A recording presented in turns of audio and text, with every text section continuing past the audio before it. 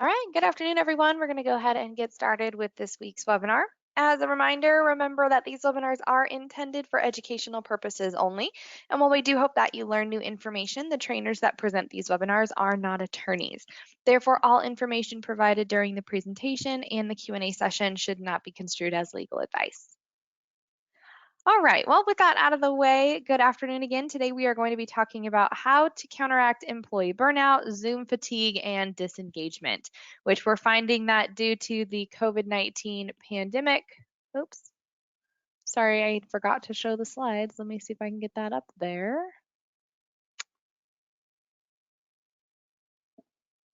There we go. That's better. Thank you for bringing that to my attention. Okay.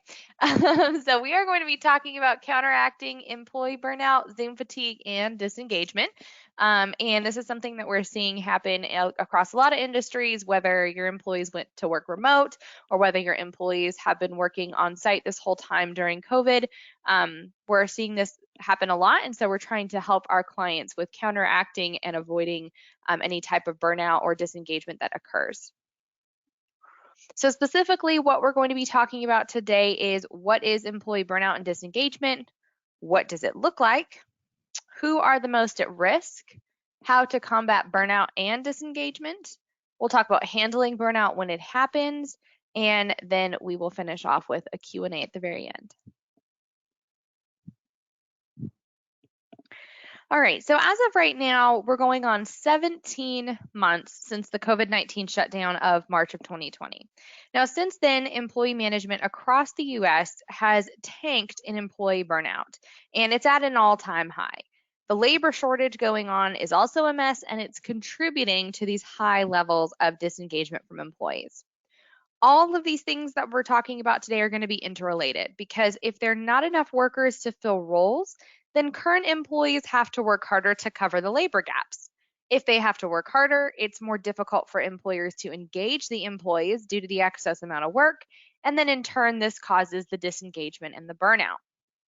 Now, employee burnout is essentially work-related stress that causes a state of physical or emotional exhaustion that also involves a sense of reduced accomplishment and loss of personal identity. So employee burnout has been classified most recently as a mental health issue, and it should be taken very seriously by employers. This isn't just about having a rough day at work or having too much to do at work or not getting along with your team. This is a state of being where an employee is mentally or physically suffering from stress and exhaustion. Now, burnout can also be further exacerbated by disengagement by the employee, an overall lack of support from leadership, lack of a work-life balance, and a lack of resources to do their job effectively. So if you work in an organization that expects your team to do a lot with a little all the time, and you offer a pitiful PTO policy, then you have a very high chance of an employee burnout occurring.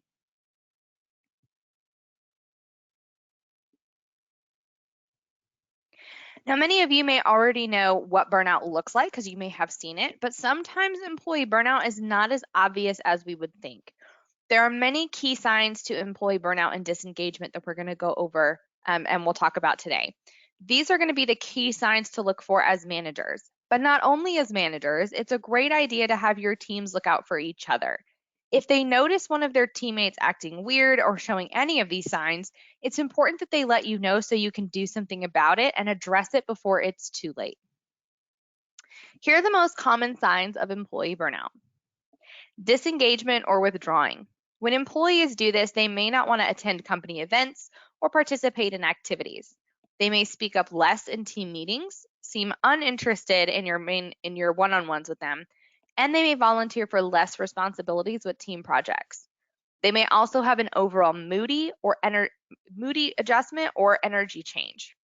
Someone who is usually upbeat and engaging may become very mellow and almost emotionless and tired.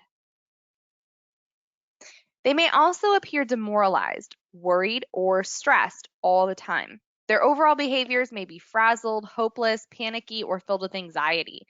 They may look tired, they look like they haven't slept, they may stop taking care of themselves, and they may not be as presentable as you are used to seeing them. They may also make comments about how hopeless or useless projects might seem when obstacles are presented. Their overall passion for their work will seem to have dwindled. They will also tend to perpetuate negativity at work. Even if they were never an overly bubbly positive person before, they will have taken on a very negative outlook. They may try to give up on projects sooner or get really frustrated when something goes wrong instead of trying to problem solve. They may lash out or vent a lot. They may stop volunteering to take on extra work projects, or they may actively avoid work and just do the bare minimum to get by. It may even get to the point where they have frequent unplanned absences. Think of it like the kids who ditched school because they weren't challenged or engaged. They wanted to do something that made them feel like they had value or that gave them a purpose or just something more interesting, so they didn't show up to school. Our employees are the same way. If they don't enjoy coming to work, they will find excuses not to. But on the flip side of that, they may be genuinely getting sick often because of burnout. The mental and physical strain that burnout can put on a body can literally cause chronic physical illness, which also causes the employee to miss work. Things like colds, sinus infections, migraine headaches, and even stomach aches can all be the result of excessive stress and anxiety in someone's life. And finally, if these signs are not identified and addressed early on, these behaviors will lead to this person leaving your company for another opportunity. The grass is always greener in the eyes of an employee who is burned out and at the point that they have nothing to lose by leaving your organization behind. Leaving becomes a very viable option for them. Right now, this statement could not be more true. The market is a candidate market right now, meaning that there are a lot of companies fighting over qualified candidates. Candidates are getting large pay increases in their offers, and benefits like PTO are becoming a selling point with candidates. Employee burnout could not be more of a critical issue for employers than it is right now in this market because it's not favorable to employers. Ultimately, employee burnout at this level becomes costly to you and your organization, especially if it increases your turnover. Turnover is expensive, especially in a more niche market.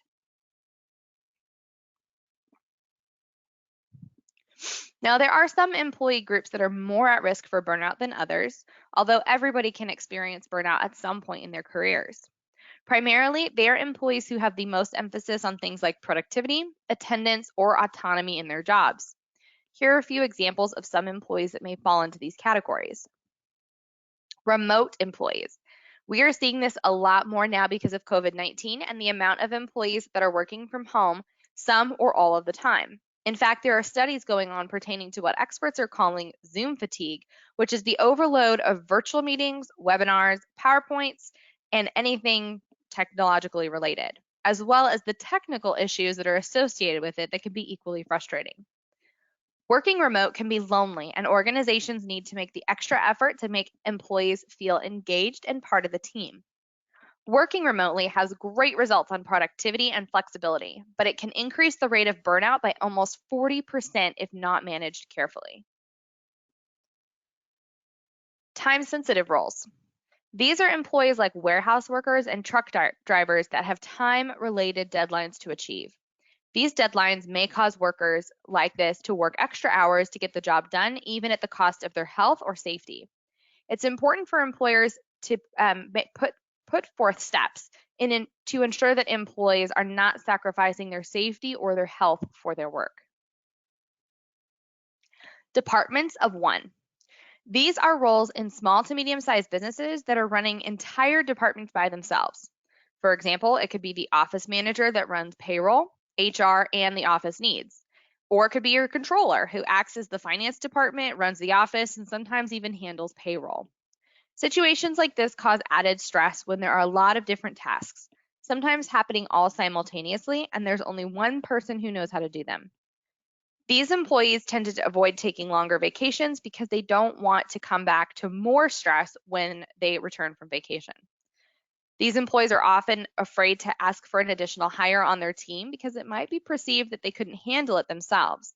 These type of department structures can be dangerous and have very high turnover if companies aren't careful.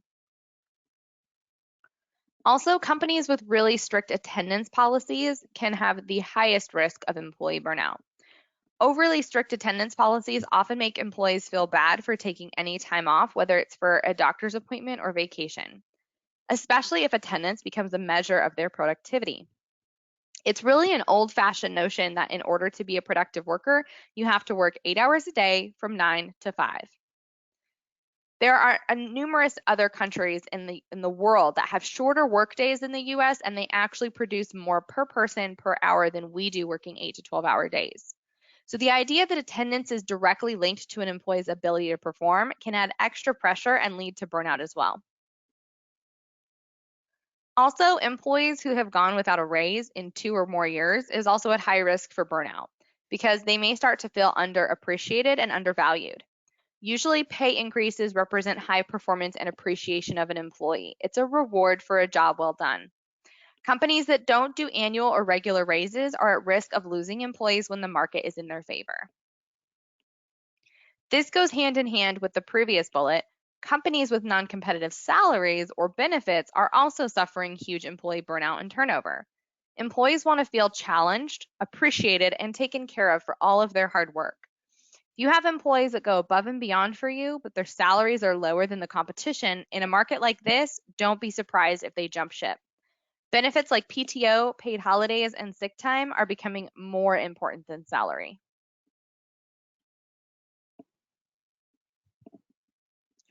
All right, so we've looked at what burnout is, who are the most at risk, and possibly described some experiences or things that you might be dealing with in your workforce. So let's answer the most important question. How can you combat burnout and disengagement when you see it? Well, the first thing, and really the most important thing that all organizations should be practicing, is the idea of putting your people first. Your employees are absolutely useless to you if they're sick, disengaged, burned out, lacking focus, overwhelmed, or actively looking for another organization to move to. All of these situations are less likely if you make it a habit of putting them first above productivity or blanket rules. Encourage that they engage in self-care and can come to their managers if they need to take a personal day or they need to remove some work from their plate. It should never be seen as negative for someone to ask for help or to ask for a delegation of work. As leaders in the organization, we have to verbalize this culture so they know that it's okay and they don't have to feel guilty for taking care of themselves. The second thing you can do is ensure that you're properly training your employees. Remember how I said earlier that burnout is exacerbated by lack of resources and support? Well, training is a resource. They need to be trained so they know how to do their job as well as any additional tasks they have to take on to help the team. Even if someone has been in their career field for 10 plus years, they still have to understand your IT infrastructure, your policies, your expectations, your HRIS system, your data systems, or anything that you use in the course of your work. All these things that make your company unique still need to be trained. Proper training is the best way to set up your employees for success and ensure that they have all the resources they need. Another thing that you can do is set very clear expectations. This is especially important for remote workers. Let them know what productivity level is expected, what communication channels are expected, and that they can clock out of the office at the end of the day and leave their work in their office. Just because their office is now in their home doesn't mean they have to be available 24/7. Setting boundaries is important. Expectations on your cultural values and productivity goals are also imperative to ensuring employee success. Engagement initiatives should also be a focus for your company regardless, but especially if you have a lot of remote workers or your industry is one that tends to experience a lot of turnover. Engagement initiatives can be things like dress-up days, contests, spirit weeks, during, the kickoff of your busy season, or maybe at the end of summer.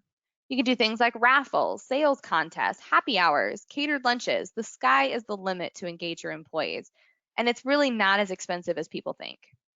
Ideally, the purpose behind these initiatives is to make sure your employees have the opportunity to engage with their teams outside of normal work activities by planning some fun things to do throughout the day. Not only does this allow them to get to know their coworkers, but it also allows the managers a way to get to know their teams and identify ways to counteract burnout that is specific to their team. You can also set up a reward system you can also set up a reward system that it doesn't have to be anything specific or formal. But if you want to set up things like bonuses or a point system, you can always do that. But a basic reward system will do. You can reward employees for a good attitude or being positive or a team player, anything like that. But if you want a less formal system, you can also empower managers to give employees on the spot awards for doing a great job and maintaining a great attitude. Rewards can be things like a gift card to Starbucks or Chipotle. They can be allowing someone to leave work early for the day without reducing their pay. Rewards can also be praise boards, where employees can nominate team members or write praises for them, and it's read out loud in a team meeting or a company meeting. Small things like that truly make an employee feel appreciated, and there's a lot of things you can do with reward programs no matter what your budget.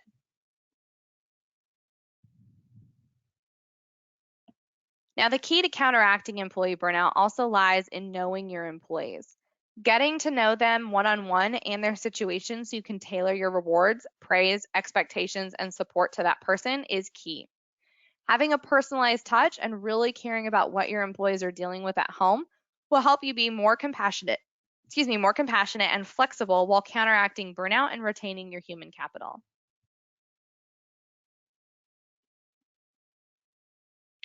Now, those are all great techniques to prevent employee burnout before it happens. But what if this employee is in full-fledged burnout mode or on that path to looking for another job? They are negative, they're rude, they might be missing work, they seem hopeless, they are lacking an overall luster for life. You know something's wrong, but what do you do? Here are the steps that we suggest that you take when an employee is on their way to full burnout or disengagement mode. Start with what people are calling a stay conversation. In light of the current market, many employers are implementing stay conversation with employees. These conversations are aimed at figuring out how an employee is doing, how they perceive the company, how they feel about their managers, the benefits, and their workload. These conversations can be had by direct managers, but something called a skip level meeting with a more senior manager or HR representative is usually more effective because the employees are more likely to be honest. The tone of these conversations should remain compassionate with a level of genuine concern for the employee and their well being. It's best practice to have a predetermined list of questions that you would like to ask all of the employees that you select in order to get some consistent, useful feedback. You're also going to want to come up with an action plan. If the employee that you're concerned about is willing to share what's going on with them specifically, or if they have valuable feedback for the department or organization as a whole, work with their manager to develop an action plan. If the employee is overwhelmed with work, ask what can be removed from their plate or help them set up a timeline to prioritize their projects better. Sometimes employees just need help getting organized so they know what to focus on. If there's something going on at home or with their health, if you have an EAP program, offering them those resources can be very helpful. If they're not eligible for something like FMLA or any types of leave, you may have to engage in the ADA process if they have a medical issue. So make sure that you're aware of your obligations as an employer under the ADA. Overall, you need to be there to support them and continue asking, how can I help you succeed? If you're getting overall general feedback about a manager or a program for the company, work towards making a swift and immediate small change to show that you're doing something about it. The absence of action precludes purposeful inaction, and you don't want your employees to think that you don't care about the problem. So do something. Step 3 is accountability. Hold the employee or the management team accountable to the action plan that you create. If the employee is dealing with personal stuff, check in with them and see how they're doing. Remember that you can't force anyone to use the EAP, FMLA, or ADA channels, but you can provide the resources to them whether they choose to use them or not. However, you can also do things like asking if their workload is manageable, ask if they need to take any time off to handle their personal things, and maintain that constant communication in order to help them execute the next step, which is identifying your crossroads. At some point, the employee is either too far gone, their foot's almost completely out the door, and they'll refuse to engage, talk to you, share information of any kind, or work towards improvement because they don't see the point. The other side of the coin is that the employee responds to the action plan, the initiatives, or the conversation and re-engages with their job, team, and company. At this point, you need to evaluate where an employee falls before moving on to the final step. Step 5 is either going to be disciplinary action or recovery. If the employee chooses not to engage, talk, or act towards making the situation better, and their work performance or attendance is suffering, it's time to start planning on exiting them out of the organization through disciplinary action in line with either their poor performance or attendance based on your company policies. Remember, you can't fire someone for being disengaged. If they're doing their work and meeting expectations, that's not a reason to put them on disciplinary policy. If they're not having any performance or attendance issues and they're just not being themselves, or you know they're interviewing, refrain from taking any disciplinary action but prepare for the employee to leave. Start cross training other team members to understand their role in the anticipation of their resignation. If the employee is working towards re engaging with the team, then they're on the road to recovery and they'll be back to being a contributing member of your team soon. Make sure that you express your appreciation for them taking that step if they're on the road to recovery, and reward them for good behaviors and success going forward. Maintaining leadership support and recognition is truly the key to ensuring employees do not burn out or disengage. All right. Well, I hope you guys enjoyed the presentation today. I hope it gave you some really good steps and a couple tips and tricks on how to prevent employee disengagement and employee burnout. I'm going to see if we have any questions at this time.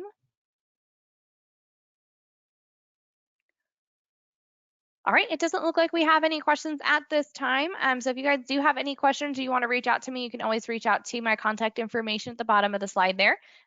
We appreciate you taking the time to attend our webinar today. Next week, Kathy is going to be talking about leading effective virtual meetings. So for those of you who find themselves on Zoom or Teams and having to do a lot of virtual meetings, and maybe you just feel like your skills just aren't there with how to lead a virtual meeting and make sure it stays on target, feel free to join us next week where we can talk a little bit about those tips to leading effective virtual meetings with Kathy. All right, well, thank you guys so much for all of your time today. I hope you have a great rest of your week.